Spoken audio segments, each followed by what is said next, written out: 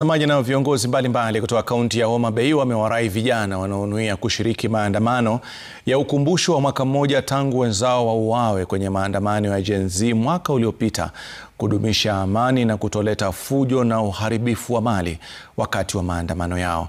James Latano anatuarifu zaidi kutoka Homa Bay. Uharibifu wa mali na makabiliano makali na polisi ikisalia itikadi kwenye maandamano ya kizazi cha Gen Z. Wito wa amani na utulivu ukitolewa kwa kizazi hicho siku mbili tu kabla ya wao kuandaa hafla ya makumbusho kwa wenzao waliouawa mjini Nairobi. Kanisa la Kiadventista likiandaa ibada maalum sio tu kusherekea miaka 100 kwa uwepo wao humu nchini, bali kuombea nchi wakati huu ambapo joto la siasa linazidi kutokota. To urge you, make your voice heard. Please make your voice heard in the loudest way, but it doesn't have to be violent.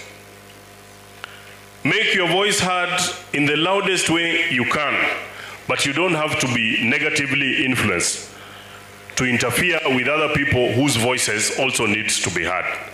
Do not, all of us have been your age at some point. Actually, the difference between the old people and the young people is that the old people have been young at some point, but the young people have not been old. To the challenge and the issues that the youth continue to face today. We must positively impact society. We must continue to bring our young ones closer to the Lord. We must continue to teach them the Adventist way of life so that they are respectful, they are responsible, and they are people who can listen, particularly when elders or people who are older than them speak.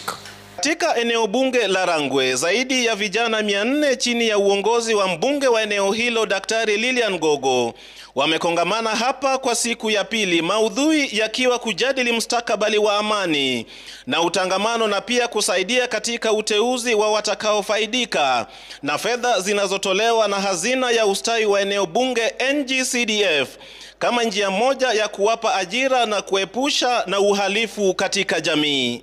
To be a good leader, I have to be a person who is caring, I have to be responsible, and I also have to have empathy.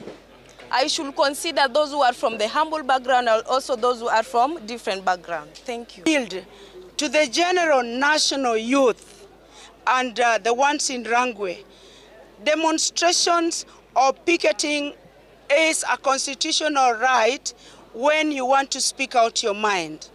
But I want to appeal to you that let us show some sense of responsibility. Let us not show destruction. Let us not exercise any destruction. Let us not insult. Just walk around if you want to peacefully show off or what you want to say. We have government officers, we have community workers, we have our elders whom you can engage as long as you don't destroy anybody's property. Ingawaje maandamano ni haki yao kikatiba, vijana hawa wa Gen Z sasa wanahimizwa kuwa waangalifu dhidi ya wauni ambayo wataingilia kati na kuharibu maudhui ya mkutano wao. James Latano, runinga ya Citizen kutoka kaunti ya Homa Bay.